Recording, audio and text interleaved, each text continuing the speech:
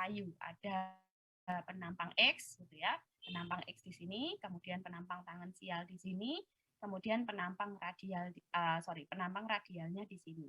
Jadi ada X, T, R, itu penampang. Penampang artinya dia punya luasan, kan? Nah, ini penampang, ini luasannya. Ini disebut sebagai penampang, ya. Sedangkan juga adik-adik kemarin sudah saya kenalkan dengan arah, ya. Kalau arah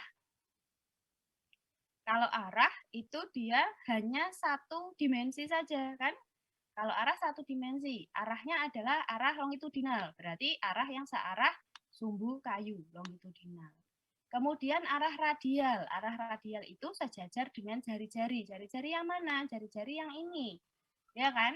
Jadi kalau kalian mau bilang, Bu, arahnya sejajar jari-jari, berarti yang mana arahnya? Arahnya yang ke sana, ya, ke sana bisa, ke sana bisa. Ini arah radial karena dia sejajar jari-jari. Kemudian arah yang selanjutnya adalah arah tangensial. Sama ya, radial tangensial ini sama untuk penampang, kecuali yang melintang ini tadi. Ya, kemudian yang ketiga adalah arah tangensial. Arah tangensial ini artinya dia tegak lurus dengan jari-jarinya. Kalau jari-jarinya arahnya ke sana, maka penampang tangensialnya harus memotong tegak lurus, ya, kurang lebihnya di sini, gitu ya. Misalkan dipotong di sebelah sini ya boleh, silahkan. Yang penting dia memotong tegak lurus dari jari-jarinya. Itu namanya arah tangensial. Kenapa kok ini penting, Bu, dan diulang lagi? Iya, karena ini penting untuk menentukan sifat fisika dan mekanika kayu. Karena penampang kayu itu punya bentuk dan arrangement sel yang berbeda, maka sifat dari ketiga penampang dan tiga arah ini juga akan berbeda, dan itu menentukan sekali bagaimana penggunaannya, gitu ya. Nah, kemarin sudah ya gambar penampang daun. Nah, ini kayu daun, ini X-nya seperti ini. Kemudian R-nya begini, dia struktur sel jari-jarinya terlihat sebagai susunan sel batu bata. Ini kalau dilihat dari samping dari penampang R, ya. Kemudian kalau jari-jarinya dia terlihat bulat-bulat seperti ini dia berarti pada penampang T. Jadi jari-jari itu bisa mudah digunakan juga selain lingkaran tahun untuk bisa membedakan mana penampang X, T, dan R. Ya. Kemudian pada kayu daun jarum, ya, seperti yang adik-adik sudah pelajari bahwa kayunya ini dia homogen, ya, artinya sel-selnya hampir sama. Nah, kalau kalian lihat di sini, ini ada sel yang agak berbeda ya, arahnya ke atas ini ya. Nah, ini adalah sel jari-jari trakeit, ya. Nah, kalau yang besar-besar ini adalah sel trakeitnya. Nah, beda ukuran yang ini adalah kayu awal, yang ini kayu akhir, ya. Satu pasang kayu awal dan kayu akhir menyebabkan satu lingkaran tahun atau satu lingkaran tumbuh. Jadi lingkaran tumbuh itu ya. Oke. Nah, ini sudah ya kemarin ya. Kemudian kita masuk ke bagian sifat fisika kayu. Sifat fisika kayu itu adalah sifat yang terdiri dari dua. Yang pertama adalah sifat non-mekanis atau sifat fisika itu sendiri, dan sifat mekanis atau yang berhubungan dengan kekuatan. Nanti mekanis dengan Bu Ana, ini saya fisikanya dulu. Nah, fisika ini membahas hubungan kayu dengan air, panas, listrik, suara, dan cahaya. Jadi kemampuan kayu dalam menghantarkan panas itu seperti apa, menghantarkan listrik bagaimana, cahaya, dan suara. Karena apa? Karena ini berhubungan dengan penggunaan kayu. Nah, contoh misalkan ada yang di sini suka ngeband atau nonton bioskop. Nah, kalau yang sering ngeband itu biasanya kan supaya tidak mengganggu lingkungan sekitarnya, tidak terjadi polusi suara, maka kalian masuk ke studio yang kedap, ya kan? Nah, di bagian studio yang kedap suara itu pada bagian dindingnya ditaruh lapisan yang dia bisa menyerap suara. Salah satunya adalah kayu, salah satu komponennya. Karena kayu punya kemampuan untuk ini, meredam suara tadi. Nah, kebanyakan dari sifat-sifat fisika kayu ini tadi, maka hubungannya adalah dengan air. Karena keberadaan air di dalam kayu ini selain mempengaruhi kemampuan kayu dalam menghantarkan atau menyalurkan panas, listrik, cahaya, dan suara, juga berhubungan dengan sifat keawetan kayu yang pada akhirnya akan bermuara pada pemanfaatannya. Ya, jadi kalau kayu habis ditebang mau digunakan jadi penggunaan produk akhir berupa apapun, pasti harus dikeringkan. Ada yang caranya dijemur ya dengan sinar matahari. Ada yang caranya ditaruh di kiln atau di oven ya, seperti itu. Yang penting tujuannya adalah air ini segera keluar. Kalau air tidak segera keluar, nanti kayu ini sifatnya gitu ya, jadi mudah lapuk, mudah tidak awet. Keawetannya kurang karena keberadaan air gitu ya di dalam kayu akan memancing organisme perusak kayu, terutama jamur dan bakteri untuk datang dan melapukkan kayu tersebut. Sehingga kalau kita punya kayu dijamin kondisinya kering, penggunaan dia 100-200 tahun ke depan itu tidak akan menjadi masalah. Yang penting dia kering. Tapi kalau kondisinya basah, nah itu bisa bukan basah, lembab. Dalam kondisi lembab, maka kemampuannya dia untuk bertahan itu waktunya lebih sedikit. Karena ada organisme yang suka kelembapan tadi, yang bisa mendegradasikan kayu. Tapi kalau malah dia direndam dalam air gitu ya, itu malah nggak apa-apa. Kayu itu akan awet kalau dia direndam dalam air. Kondisi 100% air ya, berarti dia nanti kan kondisinya anaerob kan, jadi tidak ada organisme yang bisa hidup di sana. Nah, itu malah nggak apa-apa. Oke. Nah, kemudian ini faktor-faktor yang menentukan sifat fisika kayu, karena sifat fisika ini sangat berhubungan erat dengan kekuatan, yang pada akhirnya berhubungan dengan penggunaan ya. Nanti silahkan dipelajari, ada faktor dinding selnya gitu ya, kemudian banyaknya air yang dikandung dalam dinding sel, komposisi komponen, berarti struktur kimianya, kemudian juga susunan dan arah mikrofibril tadi ya. Kalau mikrofibrilnya sudutnya besar, maka dia mudah untuk kolaps kayunya kan, berarti selnya masih muda. Kemudian jenis, ukuran, proporsi, persentase, dan komposisi sel penyusun kayu ini juga akan mempengaruhi akhir dari penggunaan. Nah ya, contoh misalkan pada kayu daun jarum. Nah, kayu daun jarum karena strukturnya lebih homogen dan panjang seratnya lebih tinggi, gitu, lebih panjang dibandingkan kayu daun lebar, dia lebih disukai sebenarnya karena lebih mudah diolah. Kemudian struktur selnya karena seragam, kalau dia diurai dengan bahan kimia untuk menjadi bahan baku pulp dan kertas, menghasilkan rendemen yang lebih besar dibandingkan dengan kayu daun lebar, kan seperti itu. Jadi banyak sifat yang bisa dipengaruhi. Nah, ini adalah gambaran ikatan selulosa yang ada di dalam kayu. Nah, karena kayu ini adalah bahan yang berasal dari aktivitas biologis gitu ya, maka dia terdiri dari molekul-molekul yang sangat rentan untuk mudah terdegradasi. Salah satunya gitu ya, penyebab degradasinya adalah keberadaan air. Karena molekul selulosa yang membentuk dinding sel pada kayu itu dia diikat dengan menggunakan ikatan OH. Nah, ikatan OH ini menyebabkan kayu itu atau selulosa yang ada di dalam kayu punya sifat higroskopis. Tahu ya istilah higroskopis ya? Mampu menyerap air, mau menyerap kelembapan, baik itu kelembapannya dalam bentuk uap maupun dalam bentuk air cairan. Seperti itu. Oke, nah sehingga kita akan memfokuskan hubungan kayu dengan air. Hubungan kayu dan air yang pertama kita pelajari dalam bentuk kadar air kayu ya. Kayu merupakan bahan higroskopis, artinya mempunyai sifat afinitas atau daya ikat terhadap air dan cairan polar lain, baik dalam bentuk uap maupun dalam bentuk cairan. Kemudian kayu itu dapat menyerap air atau absorpsi. Apabila kayu kering dimasukkan dalam ruang dengan kelembapan relatif yang tinggi atau lebih tinggi daripada kelembapan kayu, maka kayu tersebut akan mudah menyerap air. Sebaliknya, dia juga bisa mengeluarkan atau menguapkan air. Salah satu buktinya adalah ketika habis ditebang, dia ditaruh saja gitu ya, karena kayu itu punya kadar air yang lebih besar. Kalau habis ditebang, Anda pegang permukaan bontosnya, penampang tangan, transversalnya, kan basah ya, kelihatan basah ada airnya. Lama-kelamaan kalau dibiarkan di suhu ruangan, airnya akan menguap. Nah, ini bukti bahwa dia desorpsi. Bukti absorpsi, nah ini yang mungkin kalian percaya nggak percaya ya. Jadi kalau misalkan kalian sudah punya sepotong kayu, kecil aja misalkan ukuran berapa ya, 2 cm kali 2 cm tadi lah ya, 2 cm, 2 cm, 2 cm. Kan membentuk dadu, ya kan?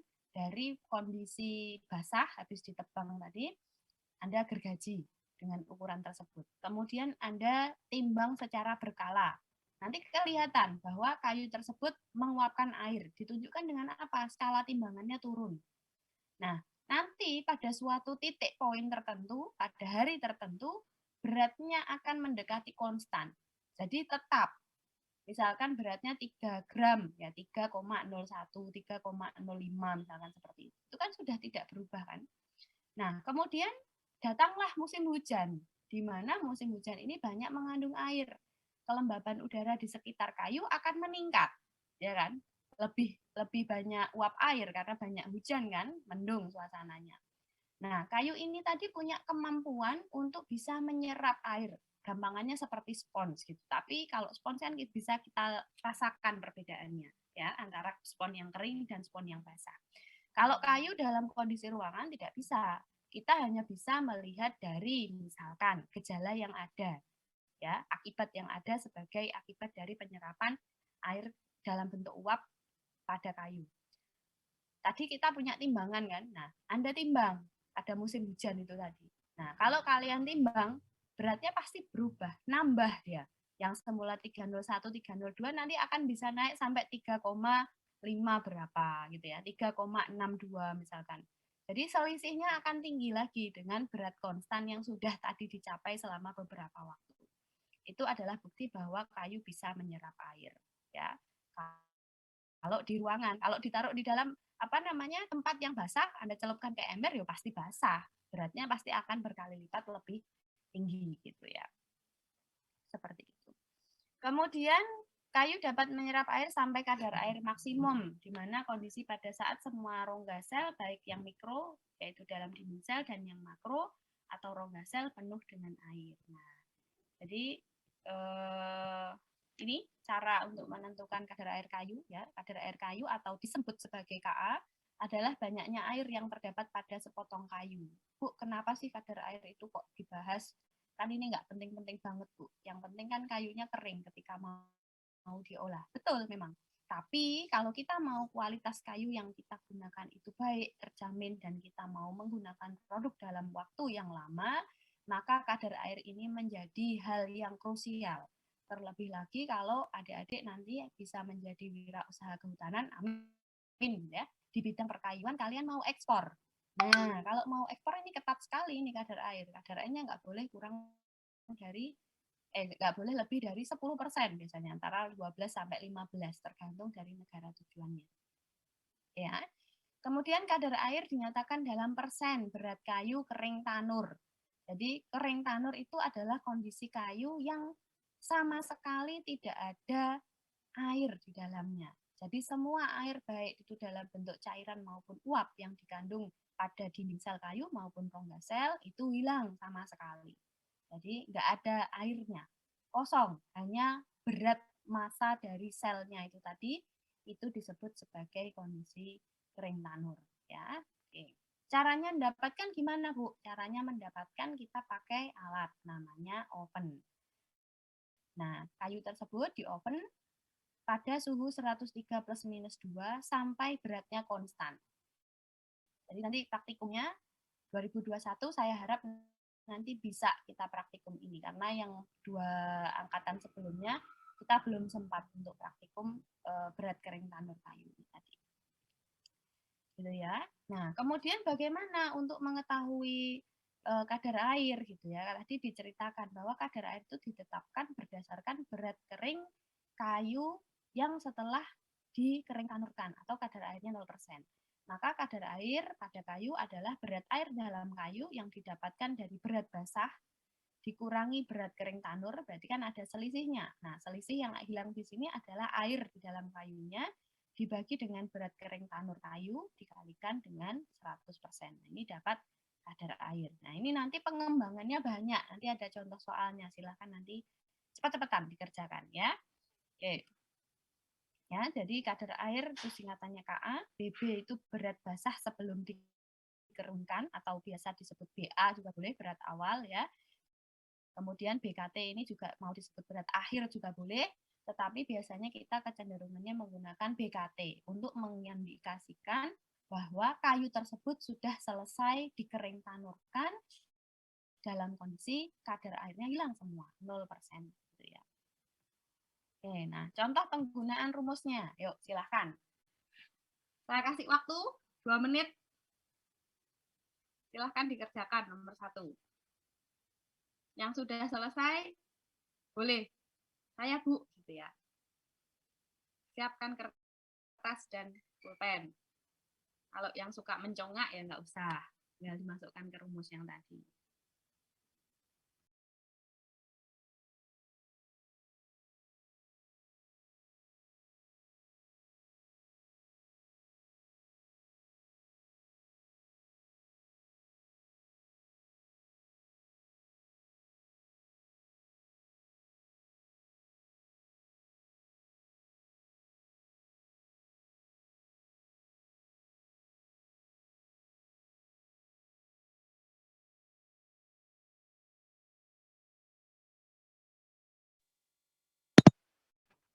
Persen bukan Bu. Jawab Bu. Nah, silahkan. Siapa tadi yang Putri? Yang suaranya cewek, berapa? Cika Bu.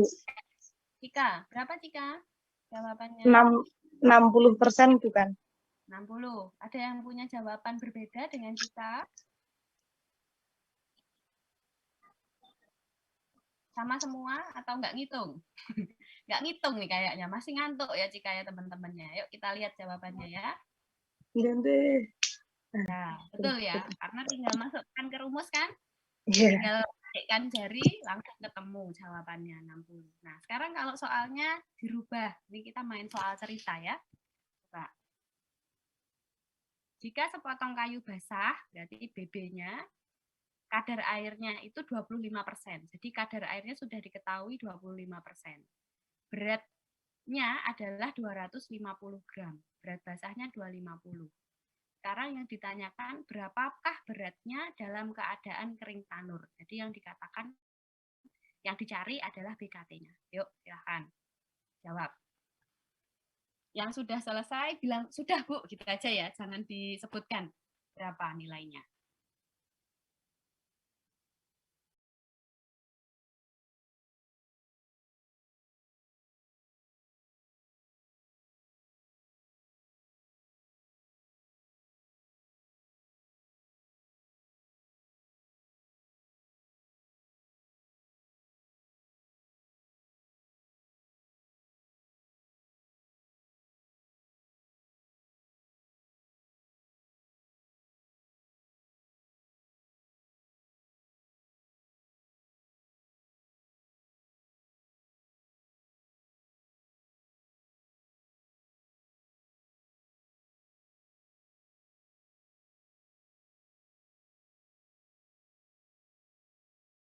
Sudah ketemu? Ada yang ketemu? Kan gampang, tinggal dibalik toh rumusnya toh. 1000 bukan Bu. Rahasia, nanti dulu. Sudah ya, ada ketemu 1000. Ada yang punya jawaban lain? Kalau ada Bu, gitu aja. Ada Bu. Beda ya, oke, ada yang beda. Lanjut ke soal yang B. Nah, kalau sudah ketemu 1000, sekarang dibalik pertanyaannya. Jadi pertanyaannya kan berkembang nih. Berapakah beratnya pada kadar air 15%? Kalau berat kering tanurnya tadi sudah ketemu di A, nah sekarang adik-adik diminta untuk mencari tahu kalau kadar airnya sudah ditentukan 15%, berat basahnya dalam kondisi 15%, berarti di sini nilainya berapa?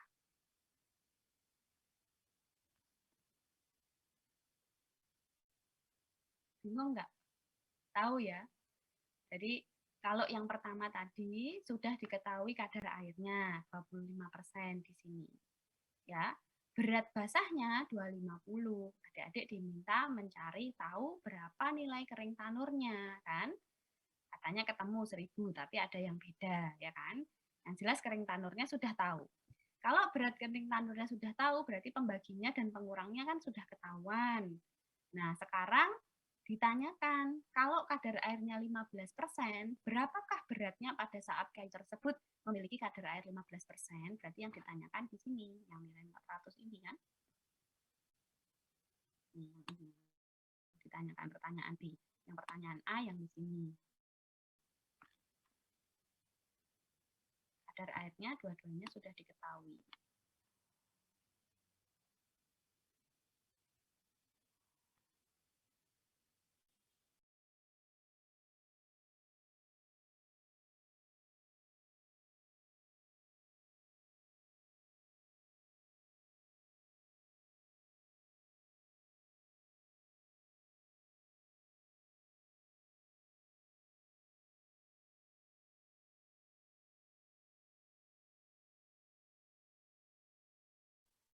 Ada yang sudah ketemu?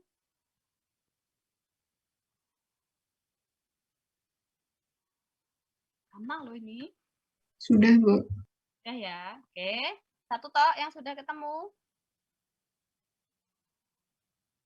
Sudah, Bu. Sudah ya. Nah, sekarang kita buka tirainya gitu ya. Jawabannya berapa? Yang A dulu.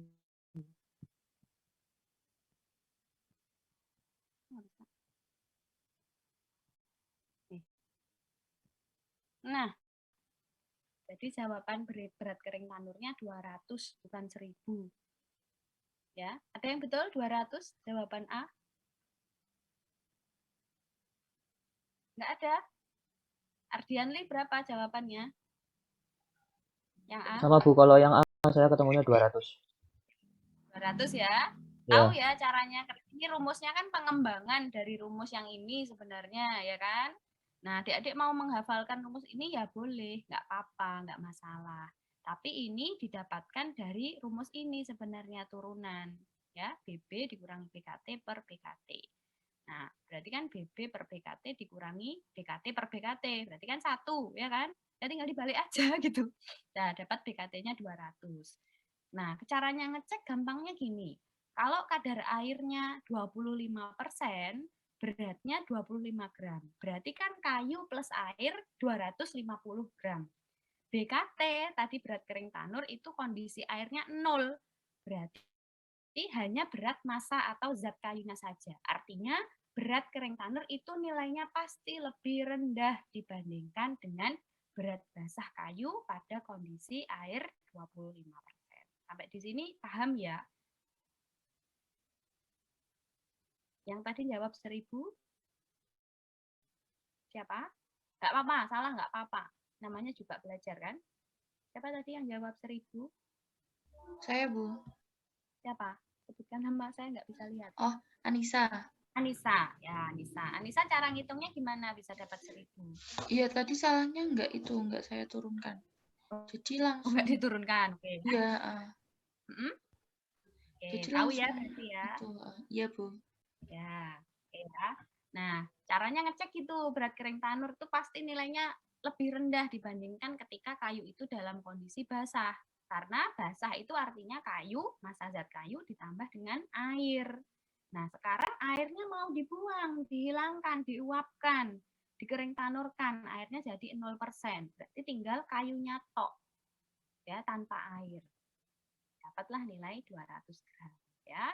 Tuh. Kemudian yang kedua, berapakah beratnya pada kadar air 15%? Nah, berat kering tanurnya sudah tahu. Ya, tadi dapat 200. Terus kadar airnya sudah ditentukan 15%, kan juga tinggal dimasukkan ke rumus kan, ini rumus turunannya. Pakai rumus ini yo bisa, silahkan. Berarti yang dicari yang nilai yang ini, yang berat basah atau berat awalnya ketika kadar airnya 15%. Nah, kalau dari rumus ini kan kelihatan banget, ini sudah diturunkan ya, BKT-nya 200 dari soal nomor A, dikalikan 1. 1 ini untuk menunjukkan bahwa 1 ini BKT, berarti massa kayunya ditambah dengan berat airnya. Berat airnya berapa? 15%. 15% kan 0,15 kan? Jadi 15% dari 230 ditambahkan dengan berat kayunya itu sendiri 200. Jadi dapat 230. Cara ngeceknya, kok tahu ini kira-kira benar atau salah? Paling gampang dilihat aja dari soalnya. Kalau berat kadar airnya dia lebih tinggi, 25%, nilainya 250. Kalau kadar airnya lebih rendah, berarti kan harusnya beratnya turun. Ya kan? Ya enggak? Ardianti jawabnya berapa? 230, Bu. Nah, yang lain jawabannya sama? Cika berapa, Cika? 230 juga, Bu. Ini pengembangan soal ya, nanti soalnya macam-macam. Bentuknya banyak. Yang penting adik-adik menguasai konsep kadar air ini tadi. Ya, kalau udah ngerti jalan pikirnya, nanti bisa dengan mudah mengerjakan. Oke ya, sampai sini ada yang masih bingung? Contoh soal lagi, Bu. Contoh soal lagi. Ini ya, sepotong kayu kering tanur, sekarang berarti kering tanur itu kadar airnya 0. Beratnya adalah 300. Berapakah beratnya pada kadar air 20%? Tinggal masukkan rumus.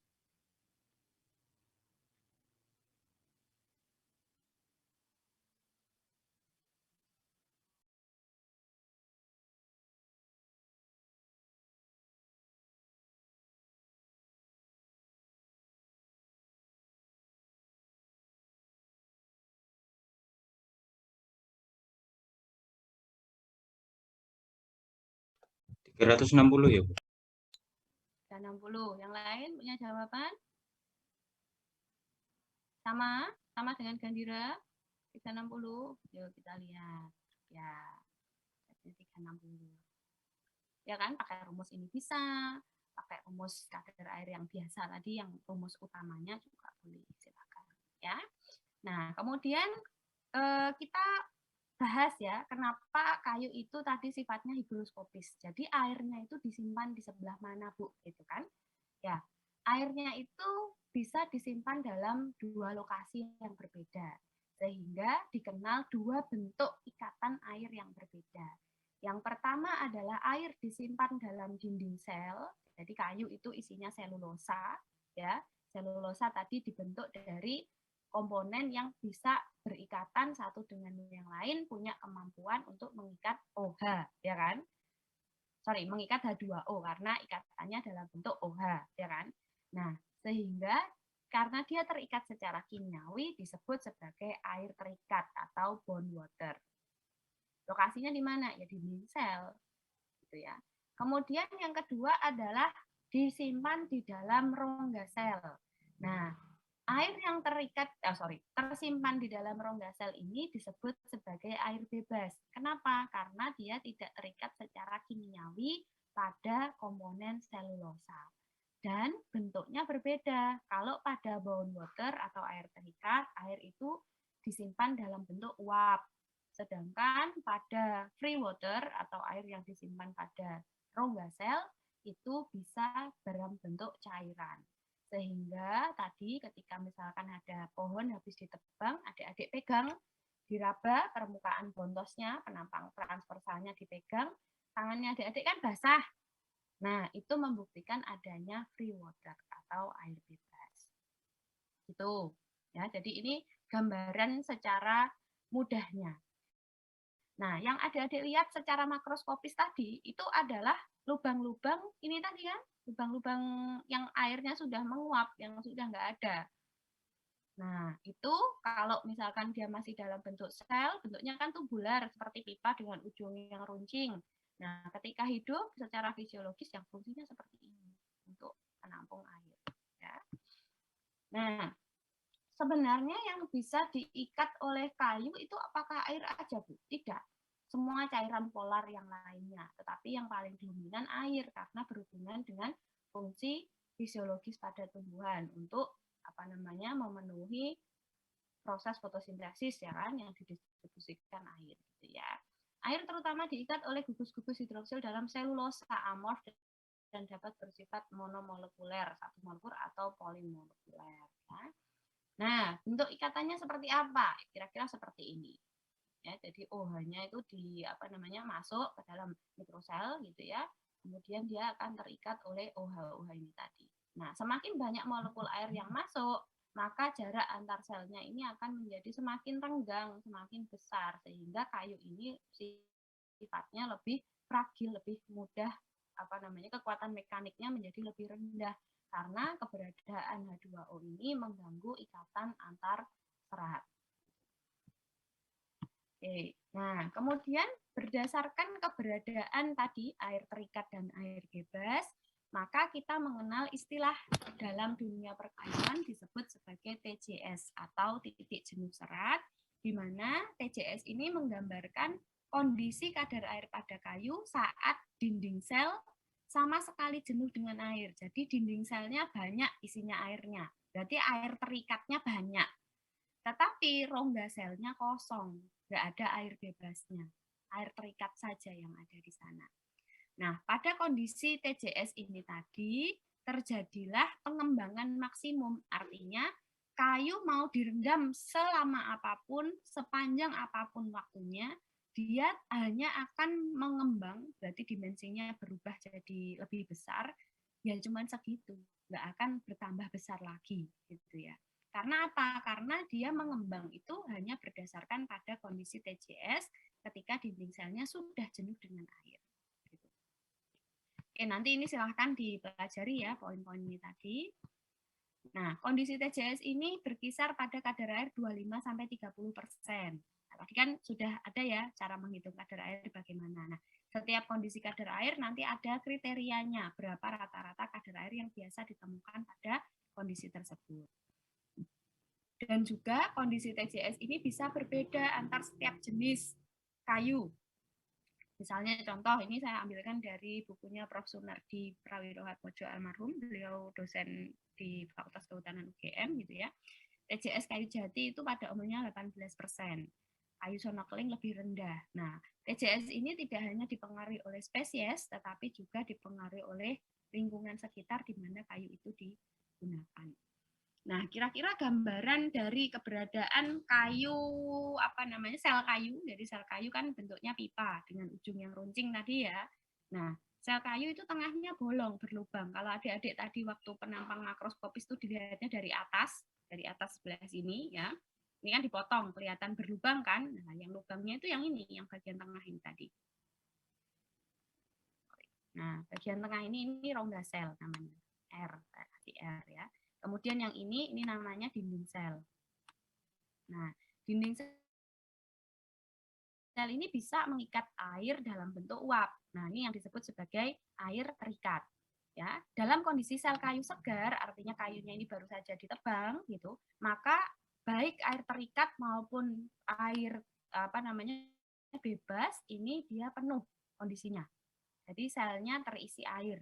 Sedangkan dengan semakin bertambahnya waktu penyimpanan kayu, karena dipengaruhi oleh kadar air nisbi atau kelembaban relatif udara sekitar, maka air akan menguap yang ada di dalam sel-sel kayu ini tadi.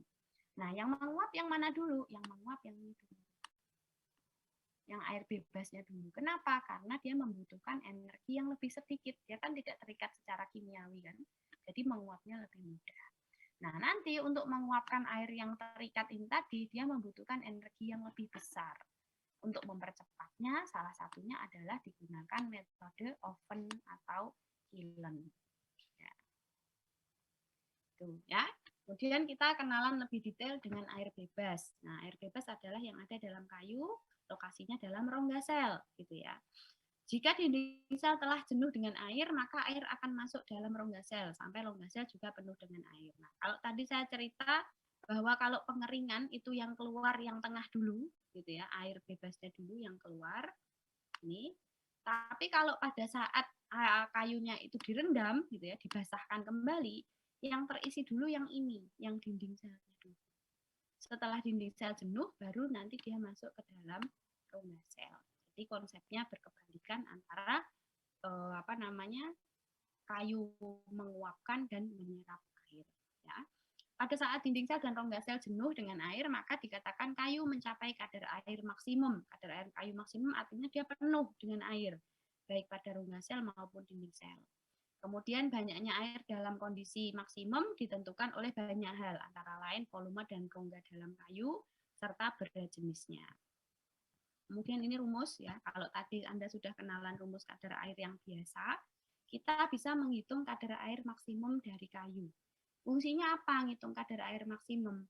Fungsinya adalah untuk mengetahui seberapa banyak air itu bisa diserap oleh kayu tersebut. Nah, ini caranya menghitung 1,5. 1,5 itu massa pejal kayu. Jadi kalau kayu dengan berat jenis berapapun, dia dimampatkan, dihilangkan rongga-rongganya, maka berat jenisnya 1,5.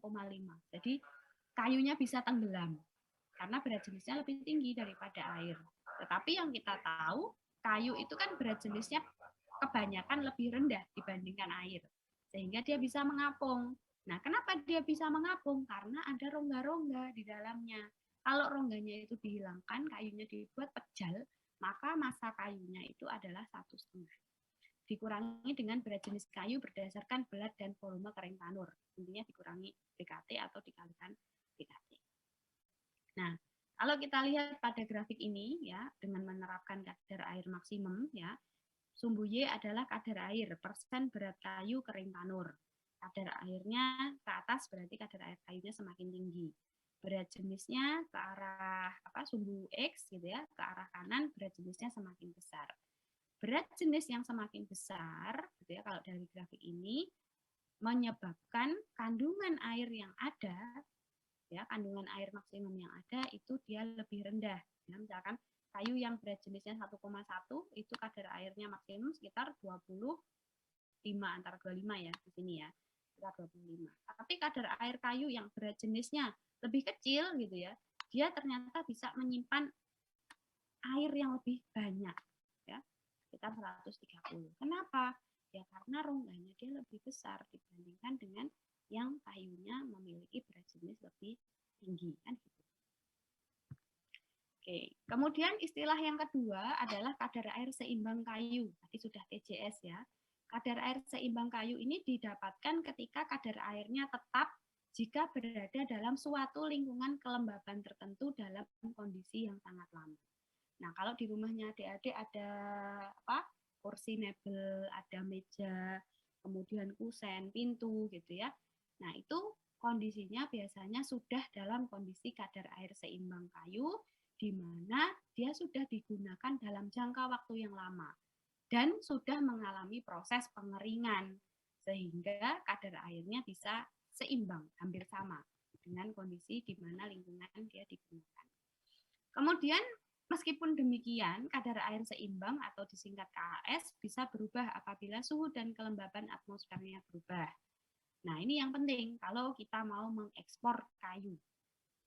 Di negara beriklim sedang, artinya 4 musim ya, mereka memiliki kelembaban nisbi yang lebih rendah, antara 50-60%, dengan kadar air kering udara biasanya kurang dari 15%. Sedangkan kalau kita di Indonesia, jadi kita produsen gitu ya, produsen mau ngirim mebel ke Amerika, kita harus mempertimbangkan bahwa kadar air kering udaranya di sana itu lebih rendah. Kenapa?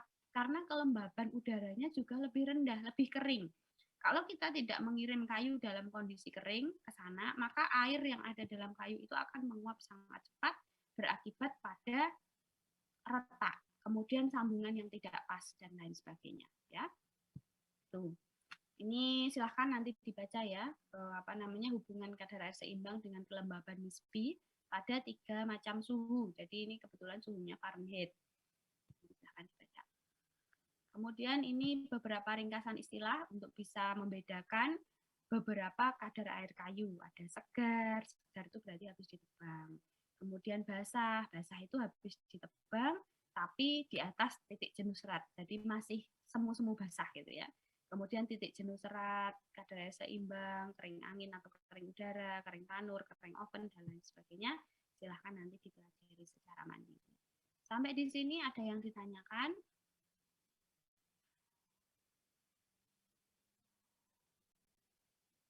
Tidak ada, kalau tidak ada kita masih punya sedikit waktu, saya tambahkan materinya supaya sama dengan kelas yang satu lagi, dengan kelas B. Masih hubungannya kayu dengan air. Ya, kalau tadi adik-adik sudah menghitung kadar air gitu ya. Nah, kadar air ini hubungannya dengan kekuatan ya. Semakin tinggi kadar airnya, kekuatannya semakin rendah gitu. Semakin hilang airnya, kekuatan kayunya akan semakin tinggi, semakin baik sifat-sifatnya, semakin tidak mudah dia terkena serangan dari organisme perusak kayu. Tetapi keberadaan air ini juga berhubungan dengan perubahan dimensi kayu, di mana perubahan dimensi kayu ini sangat dipengaruhi oleh kondisi lingkungan. Karena tadi sifat kayu itu dia higroskopis, bisa menyerap kelembaban. Nah, berkaitan dengan perubahan dimensi kayu, kita mengenal istilah histeresis. Histeresis ini adalah pengaruh penghambatan yang terjadi pada suatu benda karena perubahan dalam gaya-gaya penyebabnya seperti viskositas dan gesekan internal. Efek histeresis yaitu terjadinya kehilangan sebagian sifat higroskopis kayu sebagai akibat dari pengeringan. Jadi ketika kayu dikeringkan, itu dia kan kehilangan air. Nah, setelah dia kehilangan air, apabila dia dihadapkan pada kondisi dengan kelembaban nisbi yang lebih tinggi, maka kemampuannya dia untuk menjadi higroskopis itu tidak hilang, tapi hanya berkurang. Nah, untuk membuktikan hal itu, maka di sini ada gambaran kurva desorpsi dan absorpsi, ya. Ketika kelembaban nisbinya misalkan 50% gitu ya, 0,5 ya 50%, maka dia kadar airnya itu saat penyerapan gitu ya, saat penyerapan dia bisa 8% kadar airnya. Tetapi pada saat dia mengeluarkan kadar air, mungkin pada awalnya dia adalah 10%. Tapi karena dia sudah mengalami proses pengeringan, ya, maka kalau kelembaban nisbinya lebih tinggi, dia bisa mencapai kadar air yang lebih rendah. Ini disebut sebagai histeresis.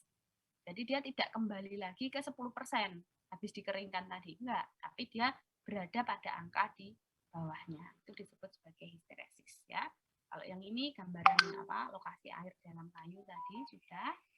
Nah, kemudian gerakan air di dalam kayu. Jadi supaya bisa kering, air di dalam kayu itu harus bisa bergerak. Caranya bergerak gimana? Kalau kayu itu masih hidup dalam bentuk pohon, maka ada tekanan osmotik yang menyebabkan kayu itu bergerak dari akar menuju ke tajuk, ya kan? Tetapi kalau kayunya sudah ditebang, berarti kan pohonnya sudah mati. Secara fisiologis dia sudah tidak bisa selnya itu tidak bisa mentransportasikan air, gitu kan? Nah, terus caranya gimana, Bu, supaya air itu bisa bergerak dan pada akhirnya kayu itu menjadi kering. Nah, makanya dipelajari dalam gerakan air dalam kayu ini tadi. Untuk mencapai kadar air kondisi setimbang, maka air dalam kayu harus dapat bergerak. Nah, bergeraknya ini gimana? Bergeraknya sama sebenarnya. Jadi arah longitudinal, arah sumbu pohon. Gerakan air di dalam kayu oleh struktur kayu yang tubular berbentuk tabung, ya. Dalam arah longitudinal, air pada kayu bergerak 12-15 kali lebih cepat daripada arah transversal. Kemudian penyesuaian kadar air pada permulaan berlangsung cepat dan semakin lambat apabila semakin mendekati kadar air setimbang. Maksudnya begini, kayu kalau habis ditebang, itu Anda biarkan 1 hari, 2 hari, itu terlihat sudah kering, gitu kan? Kelihatannya sudah kering. Padahal di bagian dalamnya itu masih basah, gitu ya. Nah, tapi kan karena kita melihatnya hanya permukaan saja, kita menganggap bahwa itu sudah kering. Tapi kita cek dengan timbangan, nanti akan kelihatan ada perbedaan yang sangat signifikan dari awal sampai akhir, sampai pada saat kondisi kayu itu kondisi kadar air setimbang. Nah, kemudian karena awal-awal itu kayunya masih banyak mengandung air, jadi uapnya itu akan cepat untuk hilang dengan cepat sekali. Tapi karena awal-awal masa pengeringan itu yang keluar adalah air bebas, sehingga cepat. Nah, dibutuhkan waktu yang lebih lama atau energi yang lebih besar untuk bisa menguapkan air yang semula terikat pada dinding sel. Jadi waktunya akan lebih lambat. Makanya dia dibilang di sini semakin lambat bila mendekati kadar air setimbang. Karena air yang ada di dalam rongga sel sudah menguap semua. Tinggal air yang ada di dinding sel, ya, seperti itu. Dalam pergerakan air di dalam kayu ini, maka dari bagian dalam ke bagian luar kayu terdapat tingkat-tingkat kadar air dari yang tinggi hingga ke rendah ketika terjadi proses pengeringan. Diletakkan pada gradien kadar air seperti ini. Nah, misalkan adik-adik punya sebatang kayu. Nah, kayu itu kan punya beberapa permukaan ya. Anggaplah permukaan samping kiri dan samping kanan misalkan. Kemudian diantaranya kan ada tengah. Nah, pasti yang menguap duluan gitu ya, yang kering duluan itu adalah pada bagian bontos yang sebelah kiri dan kanan ini tadi. Kenapa? Karena strukturnya secara tubular ini tadi. Jadi airnya cepat menguap. Sedangkan pada bagian tengah gitu ya, karena dia jauh dari permukaan, ya, maka dia membutuhkan waktu untuk bisa akhirnya menyamai pada bagian permukaan. Itu disebut sebagai kurva gradien kadar air. Kemudian yang selanjutnya adalah permeabilitas. Adalah suatu istilah yang menunjukkan laju aliran gas dan cairan di dalam kayu. Kalau higroskopis itu kan kemampuan untuk mengikat dan membuang air yang ada dalam kayu. Tapi kecepatan untuk untuk mengering dan menyerap air ini tadi disebut sebagai permeabilitas.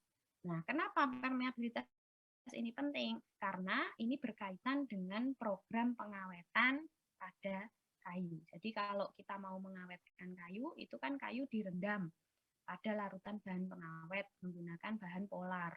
Pakai air bisa, pakai minyak juga bisa, tergantung bahan pengawetnya jenisnya apa. Kemudian juga untuk membuat produk turunan dari kayu, salah satunya adalah untuk membuat kertas. Nah, kalau kertas itu dia dibuat dari kayu, tetapi kayunya tidak mau menyerap air, berarti bahan kimianya kan nggak bisa masuk. Maka nanti ligninnya nggak bisa hilang dengan mudah, gitu. Sehingga susah untuk bisa dibuat kertas. Kemudian pada proses pengeringan kayu. Kenapa? Karena sangat penting untuk mempengaruhi kecepatan keluarnya air di dalam kayu. Ya. Nah, nanti silahkan dibaca. Nah, kemudian hubungannya tadi setelah kita mempelajari ada permeabilitas, kemudian ada higroskopisitas, ada histeresis di dalam kayu, gitu. Itu fungsinya apa, Bu? Fungsinya selain kita aware terhadap keberadaan air di dalam kayu, juga untuk memprediksi bagaimana kayu itu bisa berubah dimensinya. Terlebih apabila kayu tersebut masih mengalami perubahan dimensi yang sangat besar sebagai akibat kemampuan higroskopisitas tadi, ya. Kalau sudah digunakan, ya, itu bahaya kalau terjadi perubahan dimensi yang ekstrim. Kenapa? Karena kalau misalkan digunakan untuk gelagar bangunan, dia tidak presisi, selisih berapa sentimeter itu bisa menyebabkan bangunan menjadi ambruk, kan gitu ya. Tuh. Kemudian perubahan dimensi ini bisa dibagi menjadi dua. Yang pertama penyusutan, artinya air di dalam kayu itu menguap sehingga rongga selnya itu kan menjadi kosong. Nah, kalau rongga selnya kosong kan sudutnya tertarik, jadi ukurannya menjadi lebih kecil gitu ya untuk menyesuaikan kondisi ikatan di antara sel kayu tersebut. Nah, kalau kita gambarkan perubahan kadar air dan penyusutan dimensi kayu itu digambarkan sebagai berikut ya. Tadi di awal sudah ada istilah kayu segar, kayu basah, TCS, kering udara ya, kemudian kering tanur. Kering udara ini sering juga disebut kondisi KAS tadi, kadar air setimbang ya. Nah, kalau tadi kita sudah belajar ada air terikat, ada air bebas gitu ya, maka air terikat dan bebas ini keberadaannya digambarkan pada gambar yang biru ini, yang sebelah kiri, di mana kadar air pada kayu karena kita menghitung berdasarkan persentase berat kering tanur, maka kadar airnya seringkali kita temukan lebih dari 100%. Tapi kalau adik-adik ketemu mahasiswa pertanian, anak agrotek, anak agribisnis, itu mereka kalau ngitung kadar air produk pertanian, itu dasarnya bukan kadar air berat kering tanur, tapi berdasarkan berat basah. Itu kalau produk pertanian. Kemudian ketika kayu itu dibiarkan, maka kan dia terekspos oleh suhu ya, oleh cuaca, maka dia akan mengering. Nah, yang hilang dulu air di mana? Tadi air bebas di bagian tengah ini tadi, menguap dia. Nah, setelah air bebas ini menguap, berarti kan kadar airnya lebih rendah lagi, ya. Itu disebut sebagai kondisi TJS, di mana rongga selnya kosong, tapi dinding selnya masih ada airnya. Nah, mulai dari sini, ini kayu tidak mengalami proses penyusutan, belum menyusut. Karena apa? Karena yang kosong baru rongga selnya. Kayu mulai menyusut kalau air yang ada di dalam dinding sel, rongga terikatnya, dinding selnya yang terikat ini, dia mulai menguap. Barulah di sini dia mengalami proses penyusutan. Nah, kalau cuma satu sel nggak berasa, tapi kan selnya banyak dalam sebatang kayu. Jadi perubahan dimensi ini akan berakibat fatal kalau tidak kita perhatikan, ya. Kemudian dia semakin lama semakin turun ya kadar airnya menuju kadar air kering udara atau kadar air setimbang, di mana rongga selnya ini mulai kosong. Jadi uap yang terikat pada dinding sel itu hilang menjadi lebih sedikit gitu ya. Apalagi rongga selnya masih kosong ya, dari tadi kan kosong. Kemudian kalau dia masih dikering tanurkan ya, dikering tanurkan supaya bisa dimensinya stabil, jadi kadar airnya dihilangkan gitu ya, pakai tanur pengering. Tanur itu oven ya, jadi atau kiln itu juga oven artinya. Jadi kayunya di oven kayak bikin kue gitu. Nah, tapi suhunya tidak tinggi. Kalau bikin kue kan 150, 200. Kalau kayu ya kebakar dipakai suhu segitu. Jadi kayu pengeringannya paling sekitar 60 sampai 80. Nanti kalau adik-adik punya kesempatan ke tempat pengeringan kayu, biasanya usahanya bisa dalam bentuk koperasi, bisa dalam bentuk jasa perseorangan. Itu nanti kita bisa lihat bahwa pengeringan kayu yang kita bayangkan itu kan oven bentuknya besar. Enggak, kalau masyarakat itu mereka pakai ruangan. Pakai ruangan yang disetting bagaimana supaya suhunya itu lebih tinggi dibandingkan suhu udara di luar ruangan tersebut. Fungsinya apa? Fungsinya adalah untuk menghilangkan air yang ada di dalam kayu, terutama pada bagian ini yang terikat ini tadi, karena dia butuh energi yang lebih tinggi. Nah, ketika dia menyusut kadar airnya dari kadar air titik jenuh serat menuju ke kadar air 0%, ini nantilah yang baru dia terjadi proses penyusutan. Jadi dimensi kayunya mulai berubah itu di sini. Nah, kemudian apakah kalau kadar airnya sudah di oven, Bu, 0% misalkan kita temukan, nah apakah dia bisa kembali lagi gitu ya, bisa kembali lagi menjadi lebih dari 10% misalkan, atau TJS, bisa nggak, Bu? Bisa, kalau dia terekspos pada suhu yang rendah dan kelembabannya tinggi, terutama kelembaban. Kalau kelembabannya tinggi, dia masih punya sifat higroskopis, tetapi bisa ditahan karena ada sifat histeresis tadi. Jadi dia tidak akan balik ke kadar air yang serupa, ya, serupa.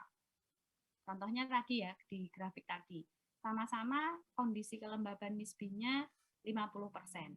Yang satu sudah dikeringkan, yang satu belum dikeringkan. Yang satu yang sudah dikeringkan dia hanya mencapai kadar air maksimumnya 8%, yang satu 12%. Itu kan banyak sekali gitu. Seperti itu. Oke. Nah, kemudian sebaliknya, tadi kalau terjadi penyusutan itu adalah dari TJS menuju ke kadar air kering udara atau seimbang, maka sebaliknya terjadi proses pengembangan bila kayu tersebut terekspos pada kadar air yang tinggi, pada kondisi kelembaban yang tinggi. Karena apa? Karena molekul-molekul airnya nanti masuk dulu ke dinding sel, dibandingkan langsung masuk ke rongga sel. Jadi yang terisi dinding selnya dulu. Setelah dinding sel penuh, maka selanjutnya baru diisi di dalam rongga sel.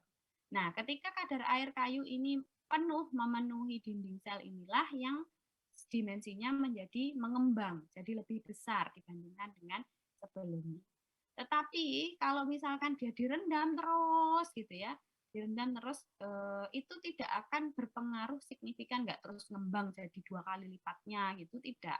Karena apa? Karena dia terbatas ruang penyimpanannya. Ya, di dalam rongga selnya ini terbatas. Setelah di dinding sel penuh, baru nanti dia ibaratnya netes gitu ya, netes kemudian disimpan di dalam rongga sel ini tadi, sehingga sudah tidak mengalami pengembangan.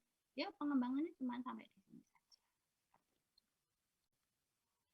Oke, nah ini adalah cara menghitungnya. Jadi perubahan dimensi kayu itu ada penyusutan. Nah, penyusutan ini adalah perubahan dimensi terhadap dimensi maksimum.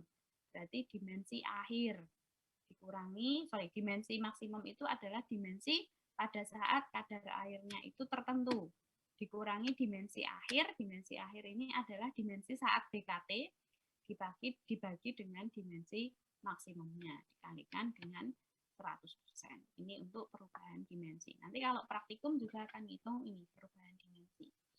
Ya, selain perubahan dimensi berupa pengurangan atau penyusutan begitu ya, pengurangan dimensi, maka ada istilah pengembangan. Nah, pengembangan ini kebalikannya dari penyusutan tadi. Nah, rumusnya pengembangan, perubahan dimensi terhadap dimensi kering tanur dibagi dengan dimensi kering tanurnya. Kalau yang tadi dibagi dengan dimensi akhirnya kan. Nah, kalau yang ini harus perbandingannya dengan kering tanur. Tuh. Oke, saya rasa ini yang bisa saya sampaikan untuk pertemuan kita hari ini. Apakah ada yang ditanyakan?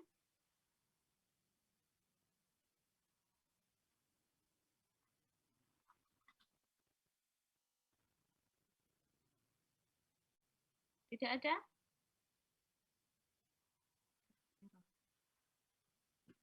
Kalau tidak ada, saya cukupkan. Benar? Tidak ada yang tanya nih? Bu, buat UTS-nya minggu depan ya, Bu? Bukan, UTS-nya masih minggu depannya lagi. Kita hari ini baru pertemuan 6. Jadi minggu depan pertemuan 7, kita nanti UTS setelah tanggal 23 kalau nggak salah ya. 23 itu hari Senin kan? Betul nggak? Saya lupa tanggal 20 berapa gitu. Nah, itu kan kampus masih masuk kan, mulai libur kan tanggal 29 toh, ketetapan pemerintah. Nah, itu nanti kita manfaatkan untuk UTS. Gitu. Oke? Oke ya. Baik, kalau tidak ada yang ditanyakan, maka saya cukupkan. Minggu depan, kalau misalkan masih ada yang tidak mengerti, silahkan bertanya, karena itu kesempatan sebelum UTS ya. Silahkan bertanya di kelas, mau dijelaskan lagi ya boleh, asal waktunya masih cukup ya. Saya harus ngejar materi juga soalnya ya. Nanti kita masih ada satu materi lagi, yaitu adalah materi tentang berat jenis. Nah, ini sisanya nanti sedikit tentang anisotropis. Jadi karena kayu itu punya 3 arah, dan susunan selnya berbeda pada setiap arah kayunya gitu ya, maka dia punya kemampuan yang berbeda untuk mengembang dan menyusut. Itu nanti aja minggu depan bareng sama berat jenis. Itu oke?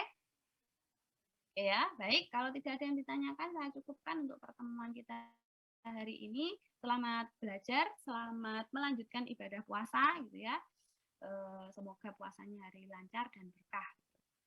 Baik, wabillahi taufiq wal hidayah. Wassalamualaikum warahmatullahi wabarakatuh. Saya tutup kelasnya. Waalaikumsalam warahmatullahi wabarakatuh. Waalaikumsalam Terima kasih, Bu. warahmatullahi